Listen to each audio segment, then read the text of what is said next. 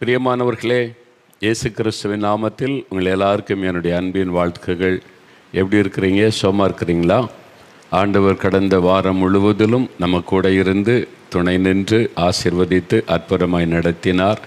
ஆண்டவருக்கு ஸ்தோத்திரம் செலுத்துகிற பொழுது ஆண்டவர் அற்புதங்களை செய்ய நம்ம ஜெபிக்க போகிறோம். உங்களுக்காக ஜெபிக்கணும்னு நீங்கள் காத்திருக்கிறீங்க. ஏதோ ஒரு வியாதி உங்களுக்கு சுகம் வேணும், ஏதோ ஒரு பிரச்சனை அதில் விடுதலை வேணும், ஏதோ ஒரு பிசாசின் போராட்டம் அதில் ஜெயம் வேணும், ஏதோ ஒரு காரியம் தடைப்பட்டு இருக்குது, அந்த தடை மாறணும், உங்களுடைய ஒரு ஆசீர்வாதத்துக்காக ஜெபிக்கணும். நம்ம ஜெபிக்கும்போது இயேசு கட்டாயம் அற்புதம் செய்வார். ஏன்னா இயேசு உங்களை நேசிக்கிறதுனால தான் இந்த நிகழ்ச்சியை பார்க்க வைத்திருக்கிறார். ஆனால் இப்போ அந்த அற்புதத்தை பெற்றுக்கொள்ள என்ன செய்வது? இயேசு எப்படிப்பட்ட அற்புதம்லாம் செய்வார்? சிலருக்கு அவர் அற்புதம் செய்து அந்த அனுபவத்தை நமக்கு எழுதியிருக்கிறாங்க. அதை உங்களுக்கு நான் வாசிக்கிறேன். சில அற்புதங்களை மாத்திரம் அவங்க எழுதினதை உங்களுக்கு வாசிக்கிறேன், கவனமாக கேளுங்க. அதுக்கப்புறம் நம்ம ஜெபிக்கலாம், சரியா? முதலாவது சகோதரர் சார்ல்ஸ் பெங்களூர்லேருந்து எழுதியிருக்கிறார். நான் கடந்த 25 வருடமாய் குடிப்பழக்கத்திற்கு அடிமையாக இருந்தேன். 24x7 என்ற அளவில், அதாவது எல்லா 24 மணி நேரமும் 7 நாளும் என்னுடைய குடிப்பழக்கம் இருந்தது. எந்த நேரமும் போதையில்தான் இருப்பேன். நான் சம்பாதிக்கும் 50,000 ரூபாய் தொகையில் 5,000 அல்லது 10,000 மட்டுமே வீட்டுக்கு செலவிற்கு கொடுப்பேன். மீதம் அனைத்தையும் குடிப்பழக்கத்திற்கு செலவழித்து விடுவேன். குடிப்பதற்கு பணம் தீர்ந்து விட்டால் லோன் போட்டு பணம் வாங்கி கூட குடித்திருக்கிறேன். எவ்வளோ கஷ்டம் இல்லை? 50,000 ரூபா சம்பளத்தை வீட்டில் கொண்டு வந்து கொடுத்தா அந்த குடும்பமே எவ்வளோ செழிப்பு ஆசீர்வாதமாக இருக்கும். எல்லாத்தையும் சாராய கடைக்கு கொடுத்துட்டு வெறும் 5,000லேருந்து 10,000 வரைக்கும் மனைவிட்ட கொடுத்தா குடும்பம் எவ்வளோ கஷ்டத்தில் இருக்கும்ல. இந்த மதுபானத்தினால் எவ்வளோ குடும்பம் பாதிக்கப்படுகிறார். குடித்து விட்டால் நான் மனிதனாகவே இருக்க மாட்டேன். ரோட்டில் நிற்கும் கார் கண்ணாடிகளை உடைத்திருக்கிறேன். ரோட்டில் போகும் பஸ் கண்ணாடிகளை உடைத்திருக்கிறேன். என் மீது எத்தனையோ போலீஸ் கேஸ்கள் பதிவாகி லாக்கப்பிலும் இருந்திருக்கிறேன். குடித்துவிட்டு என் மனைவியை ரத்தம் வரும்படியாக அடித்திருக்கிறேன். மதுபானத்தை தவிர சிகரெட் புகைக்கும் பழக்கமும் எனக்கு உண்டு. ஒரு நாளைக்கு 2 பாக்கெட்டுகள் புகைத்து விடுவேன். இரவு நேரத்தில் சிகரெட் தீர்ந்து விட்டால் பூட்டி இருக்கும் பெட்டி கடைகளின் முன்பு ஏற்கனவே பிடித்துவிட்டு போடப்பட்ட மீத துண்டுக்களை கூட எடுத்து புகைத்திருக்கிறேன். அந்த அளவிற்கு கேவலமாய் என் அடிமைத்தனம் இருந்திருக்கிறது. என்னை கட்டாயப்படுத்தி என் வீட்டில் ஜெபிக்கலாமாக நிகழ்ச்சியை பார்க்க சொல்லுவார்கள். நீங்கள் வாசிக்கும் சாட்சிகள் எனக்குள் நல்ல மாற்றங்களை கொடுத்தது. ஒரு முறை நீங்கள் சொன்னீர்கள், ஒரு பாவ அடிமைத்தனத்திலிருந்து வெளியே வர வேண்டுமென்று நீங்கள் முதலில் விரும்ப வேண்டும்.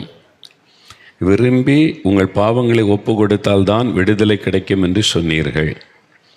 நானும் என் அடிமைத்தனத்திலிருந்து வெளியே வர வேண்டும் என்று விரும்பினேன். பாவங்கள் ஒவ்வொன்றையும் அறிக்கையிட்டு இயேசுவிடம் ஒப்பு கொடுத்து இயேசுவின் இடத்தில் ஜெபிக்க ஆரம்பித்தேன். இயேசு நான் விரும்பின மாதிரியே எனக்கு ஒரு விடுதலை கொடுத்தார்.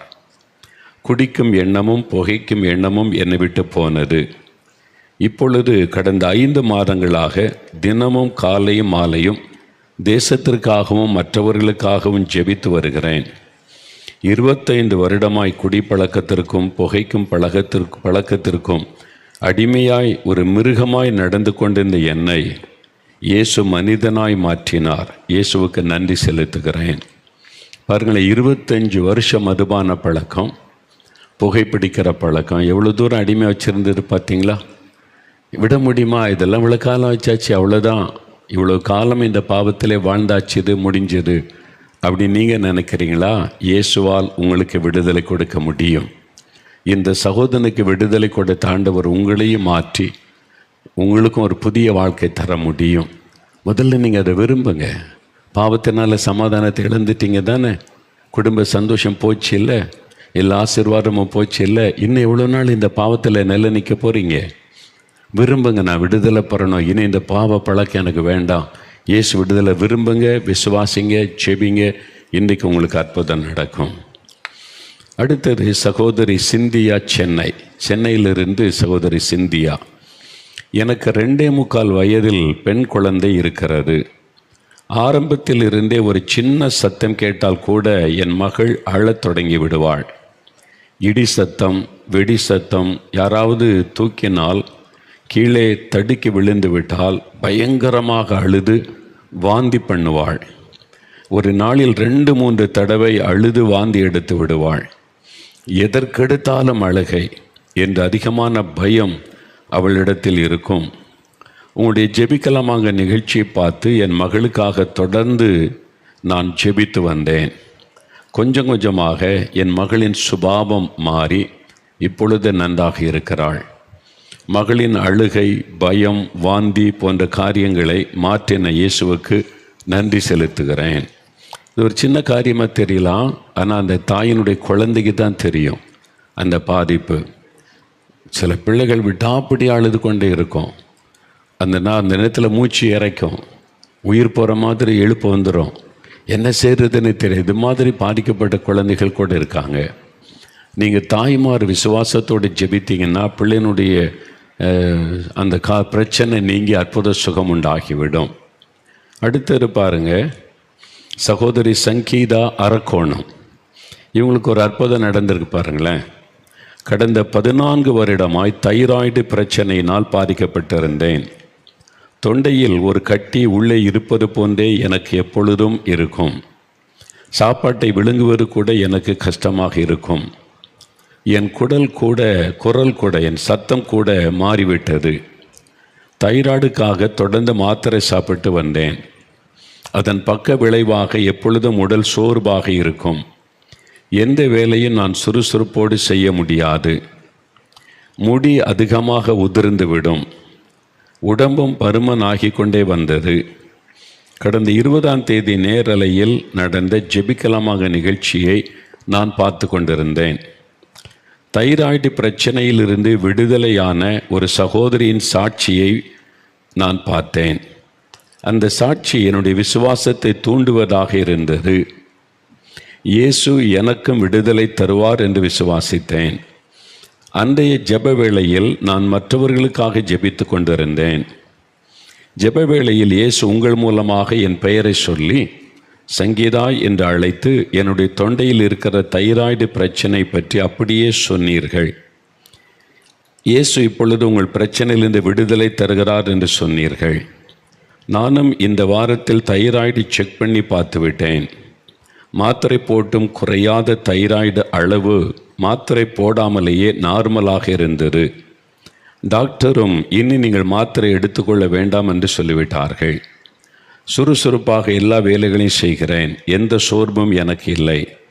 நன்றாக இருக்கிறேன். 14 வருடமாய் தைராய்டு பிரச்சனையில் இருந்த என்னை இயேசு பெயர் சொல்லி அழைத்து அற்புதமாய் விடுதலை கொடுத்தார். இந்த நல்ல இயேசுவை நான் துதித்து மகிழ்கிறேன். அரக்கோணத்தில் இருக்காங்க. நால்மாவடியிலிருந்து ஜெபம் ஏறெடுக்கப்படுகிறது. அங்கிருந்து அவங்க ஜெபிக்கிறாங்க. இயேசு அவங்களுடைய பெயரையும் சொல்கிறாரு, வியாதியும் சொல்லுகிறார், சுகமாகுதுன்னு சொல்கிறாரு. அப்படியே நடக்குத. அவ்வளோதான். அந்த தைராய்டு பிரச்சனை 14 வருஷ தைராய்டு பிரச்சனை மாறிட்ட.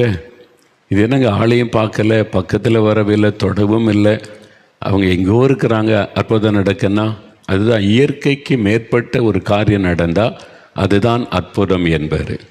இது நீங்கள் கிரகிக்கவே முடியாத காரியம் இல்லை. இந்த மாதிரி இயேசு அற்புதம் செய்கிறவர். இப்போ நீங்கள் எங்கேருந்து, எந்த நாட்டில், எந்த மாநிலத்தில், எந்த பட்டணத்தில் உட்கார்ந்து இந்த நிகழ்ச்சியில் பங்கு பெற்றாலும் இயேசு இன்றைக்கு நீங்கள் இருக்கிற இடத்துல அற்புதம் செய்வார். அதுதான் அற்புதர் இயேசு. அதுதான் அவர் செய்கிற அற்புதம். நீங்கள் விசுவாசித்தீங்கன்னா உங்களுக்கு இந்த அற்புதத்தை இயேசு இன்றைக்கு செய்து விடுவார். சகோதரி ஜெபசுபி, கன்னியாகுமரி. எனக்கு திருமணமாகி 8 வருடங்கள் குழந்தை இல்லாமல் இருந்தேன்.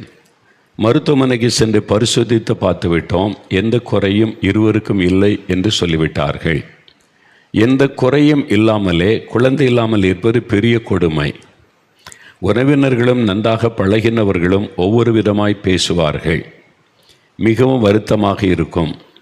எனக்கு பின்னாடி திருமணமானவர்கள் எங்களை விட வயதில் சிறியவர்களுக்கெல்லாம் குழந்தை பிறக்கும்போது எந்த குறையுமே இல்லாமல் நாங்கள் ஏன் இப்படி இருக்கிறோம் என்று நிறைய நேரங்களில் வருத்தப்பட்டு இருக்கிறேன். இந்த சூழ்நிலையில்தான் ஜெபிக்கலமாக நிகழ்ச்சியை பார்த்து கொண்டிருந்த போது என் குடும்பத்தில் உள்ள அனைவரும் என் தலை மீது கை வைத்து எங்களுக்காக ஜெபம் செய்தார்கள். ஆச்சரியம்! இப்பொழுது எனக்கு ஒரு பெண் குழந்தை பிறந்திருக்கிறது. மிகவும் சந்தோஷமாயிருக்கிறது. 8 வருடங்கள் கழித்து இயேசு கொடுத்த அற்புதமான பெண் குழந்தைக்காக இயேசுவுக்கு ஸ்தோத்திரம். பாருங்கள், 8 வருஷம் கழித்து எல்லாரும் குடும்பமாக ஒருமனப்பட்டு ஜெபிக்கிறாங்க. இயேசு அற்புதம் செய்கிறார். நீங்களும் ஒருமனமாக இன்றைக்கு ஜெபிங்க, இயேசு அற்புதம் செய்வார். சும்மா குறைய சொல்லிகிட்டு இருக்காருங்க. மருமகள் சரியில்லை, அது சரியில்லை, இவன் சரியில்லை, இதனால தான். இதெல்லாம் விட்டுட்டு விசுவாசத்தோடு ஜெபிக்க ஆரம்பிங்க, அற்புதம் நடக்கும். அப்போ நீங்கள் அற்புதத்தை காண்பீங்க. இன்னொரு சாட்சி சகோதரர் ஆகாஷ், திருவள்ளூர் மாவட்டம். இவருக்கு என்ன நடந்தது பாருங்க. இயேசுவை ஏற்றுக்கொண்டு நன்றாக ஜெபித்து வந்த எனக்கு திடீரென்று பயத்தின் ஆவி, சந்தேகத்தின் ஆவியும் என்னை ஆட்கொண்டு என்னை பல குழப்பத்திற்கு உட்படுத்தியது. சந்தேகத்தின் ஆவி, அப்புறம் பயத்தின் ஆவி. இந்த மாதிரி ஆவிகள் சில தெய்வ பிள்ளைகளை வந்து தாக்கிவிடும். நீங்கள் அதை மேற்கொண்டுட்டால் நீங்கள் ஜெயித்துட்டு அப்புறம் சந்தோஷமாக இருக்கலாம். நீங்கள் அதை எதிர்த்து ஜெபிக்காமல் அதை மேற்கொள்ளாமல் இருந்தால் அது உங்களை வேதனைப்படுத்தி கொண்டே இருக்கும். ஜெபித்து கொண்டே இருப்பேன். திடீரென்று இந்த ஜெபத்தை எல்லாம் இயேசு கேட்பாரா, இயேசுவை விட்டு வழி மாறிவிட்டேனோ என்ற சந்தேகம் எனக்கு வந்துவிடும். வெறுமையாய் ஜெபிக்கிறேன், என் ஜெபத்தை இயேசு கேட்கவில்லை என்று குழப்பம் எனக்குள்ளே வரும்.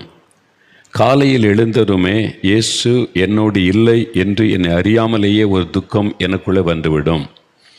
என்னுடைய ஆவிக்குரிய வாழ்க்கையில் ஒரு பின்மாற்றத்தை உணர்ந்தேன். என்னால் ஜெபிக்கவே முடியவில்லை. இது ஒரு பின்மாற்றத்தின் ஆவி.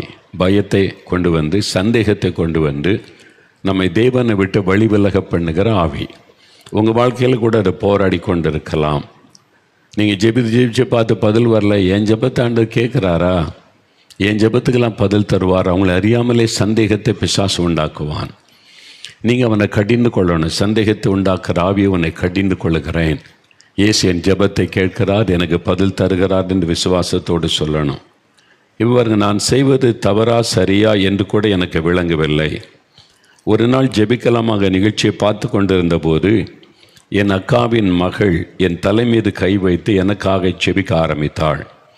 அதே நேரத்தில் டிவியில் நீங்கள் என் பெயரை சொல்லி என்னுடைய பிரச்சனைகளையும் அப்படியே சொல்லி ஜெபித்தீர்கள்.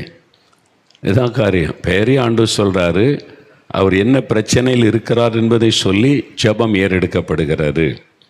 அன்றிலிருந்து எனக்குள் நல்ல மாற்றம், விடுதலையோடு இந்த பல மணி நேரம் ஜெபிக்க தொடங்கினேன். ஜெபத்திற்கு பிறகு எந்த சந்தேகமும் இப்பொழுது எனக்கு வருவதில்லை. பயமும் இல்லை, குழப்பமும் இல்லை. எப்பொழுது நன்றாக இருக்கிறேன். ஆவிக்குரிய வாழ்க்கையில் வளர்ச்சி அடைகிறேன். குழப்பத்தின் ஆவி, சந்தேகத்தின் ஆவியின் பிடியிலிருந்து விடுதலை கொடுத்த இயேசுவுக்கு நன்றி. இன்றைக்கு உங்கள் வாழ்க்கையில் ஒருவேளை சந்தேகத்தின் ஆவி, ஸ்பிரிட் ஆஃப் அன்பிலீஃப், டவுட், அப்புறம் குழப்பம், ஒரு குழப்பம், எதை எடுத்தாலும் ஒரு தீர்மானம் இல்லாதபடி குழப்பம், ஸ்பிரிட் ஆஃப் கன்ஃபியூஷன், அதெல்லாம் ஒரு பிசாசின் கிரியை. உங்களை குழப்பி விட்டுருவான். அதனால தான் நம்ம தினமும் பொல்லாத ஆவிகளை எதிர்த்து ஜெபிக்க பழகி கொள்ளணும். சாத்தான் நம்ம அட்டாக் பண்ணுறான உடனே நான் எதிர்த்தரணும். இயேசுவின் நாமத்தில் உன்னை எதிர்க்கிறேன், குழப்பத்தின் ஆவியை உன்னை கடிந்து கொள்கிறேன் அப்படி சொல்லி நம்ம எதிர்க்கும் போது அந்த ஆவி விலகிவிடும். நீங்கள் சும்மா இருந்து என்னதோ பயமாக இருக்குது, இப்படி இருக்குது, ஏன் இப்படி யோசிக்க ஆரம்பிச்சிங்கன்னா அது வழியாக பிசாசு நுழைந்து உங்களை அவன் வசப்படுத்திடுவான், அடிமைப்படுத்திடுவான்.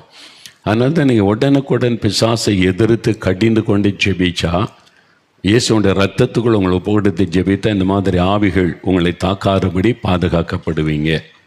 சரி, இப்போ 2 சாட்சிகளை வீடியோவில் பார்க்கலாம். ஒன்று சகோதரி புஷ்பா, சின்ன தடாகம், கோயம்புத்தூரில் இருந்து 50 வருஷம் ஒரு பழக்கம் அவங்களை அடிமையாக்கி வைத்திருந்தது. சிலர் நினைப்பாங்க வெற்றிலை பார்க்க போடுறதெல்லாம் ஒரு பெரிய பாவமா அப்படின்னு நினைப்பாங்க. பீடி சிகரெட்லாம் ஒரு பெரிய பாவமாக, நான் பைபிள் இதெல்லாம் பற்றி எழுதியிருக்குதா, இது பாவம் அது பாவம்னு எழுதியிருக்குதா, அப்படிலாம் சிலர் விதண்டாவாதம் பேசுவாங்க. நம்முடைய சரீரம் தேவனுடைய ஆலயம். அதை ஒரு மனிதன் கெடுத்தால் கர்த்தர் அவனை கெடுப்பான்னு பைபிள் எழுதப்பட்டிருக்கிறது. புதிய ஏற்பாட்டில் வாசிக்கிறோம். அப்போ ஆண்டவர் வாசம் பண்ணக்கூடிய ஒரு ஆலயம்தான் நம்முடைய சரீரம். அப்போ அவர் பரிசுத்தமுள்ள தேவன் வாசம் பண்ணுகிற இந்த ஆலயமாகிய சரீரத்தை பரிசுத்தமாக காத்துக்கொள்ள வேண்டிய பொறுப்பு நம்முடையது.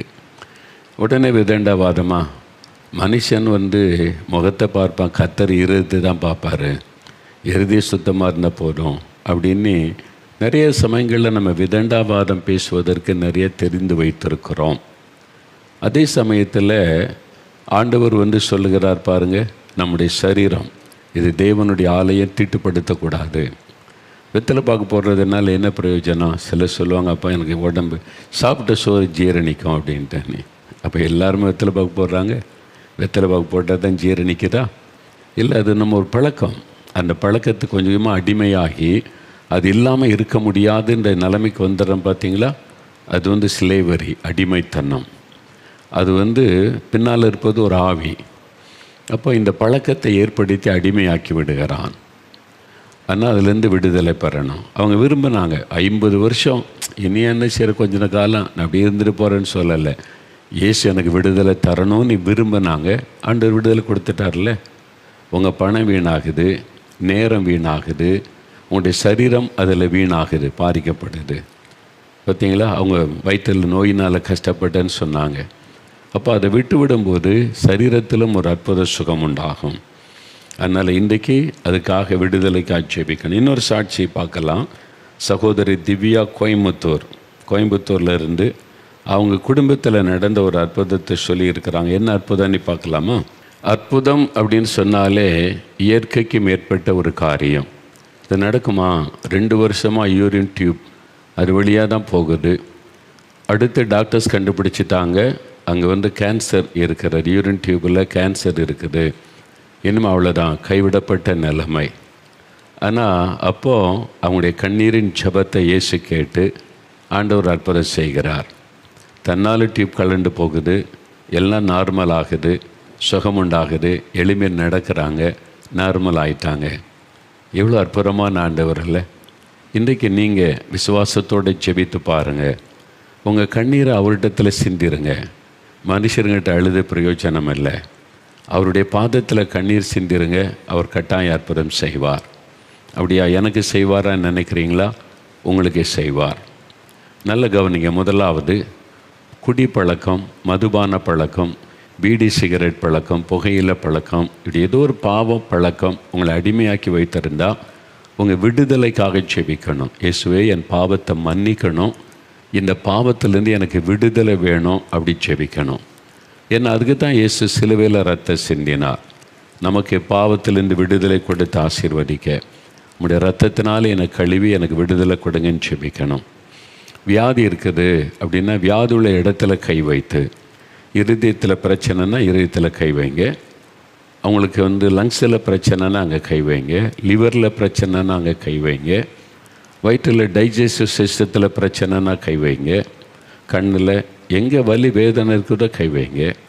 உங்கள் வீட்டில் யாராவது வியாதி படுக்கையில் படுத்திருந்து அவங்க மேலே நீங்கள் உங்கள் கையை வைத்து ஜெபிங்க. இயேசுவின் நாமத்தில், இயேசு கிறிஸ்துவின் நாமத்தில் சுகம் உண்டாகட்டும், இயேசுவின் நாமத்தில் இந்த வியாதி விலகட்டும், இயேசுவே தொடும், இயேசுவே விடுதலை தாரும், சுகம் தாரும். அவ்வளோதான் ஜெபம். அது விசுவாசத்தோடு நீங்கள் செய்தீங்கன்னா இன்றைக்கு அற்புதம். ஒருவேளை வேறு தேவை இருக்குது, கடன் பிரச்சனை மாறணும், கர்ப்பத்தின் கனி வேணும், திருமண காரியம் நடக்கணும், படிப்பில் ஆசீர்வதிக்கப்படணும், நெஞ்சில் கை வைத்து உங்கள் காரியத்தை சொல்லி ஜெபம் பண்ணுங்க. 5 நிமிஷம்தான் ஜெபிக்கலாமா? முடிந்தால் முழங்கால் படிட்டு கொள்ளுங்க, அப்படி இல்லைன்னா உட்கார்ந்து கொள்ளலாம். வியாதி உள்ள இடத்துல கை வைங்க, கண்களை மூடிக்கொள்ளுங்க. ஏன்னா எண்ணெய் சிதறக்கூடாது. ஒரு மனமாக நீங்கள் ஜெபிச்சாதான் அற்புதம் நடக்கும். சும்மா பறக்க பார்த்துக்கிட்டு எதை பார்த்துட்டு ஏதோ ஜெபம் பண்ணுறோம். ஜெபம் கருத்தாக இருக்கணும், எதிர்பார்ப்போடு இருக்கணும். அதுக்கு உங்களுடைய கண்களை மூடி இயேசுவை மாத்திர கண்முன்னால் நிறுத்தி, இயேசுவே இவ்வளோ பேருக்கு அற்புதம் செய்தீங்களே, என் குடும்பத்தில் ஒரு அற்புதம் செய்யுங்க, எனக்கு செய்யுங்கன்னு ஜெபம் செய்வார். ஜெபிக்கலாமா? கண்களை மூடுங்க, ஜெபிக்க ஆரம்பிங்க. இயேசுவே நீ செய்த அற்புதங்களுக்காக ஸ்தோத்திரம், இவங்களுக்கெல்லாம் அற்புதம் செய்து சந்தோஷப்படுத்தி இருக்கிறீங்களே, உமக்கு நன்றி. இவங்களுக்கெல்லாம் விடுதலை கொடுத்தீங்க, சுகம் கொடுத்தீங்க, குடும்பங்களை ஆசீர்வதித்தீங்க, ஸ்தோத்திரம்.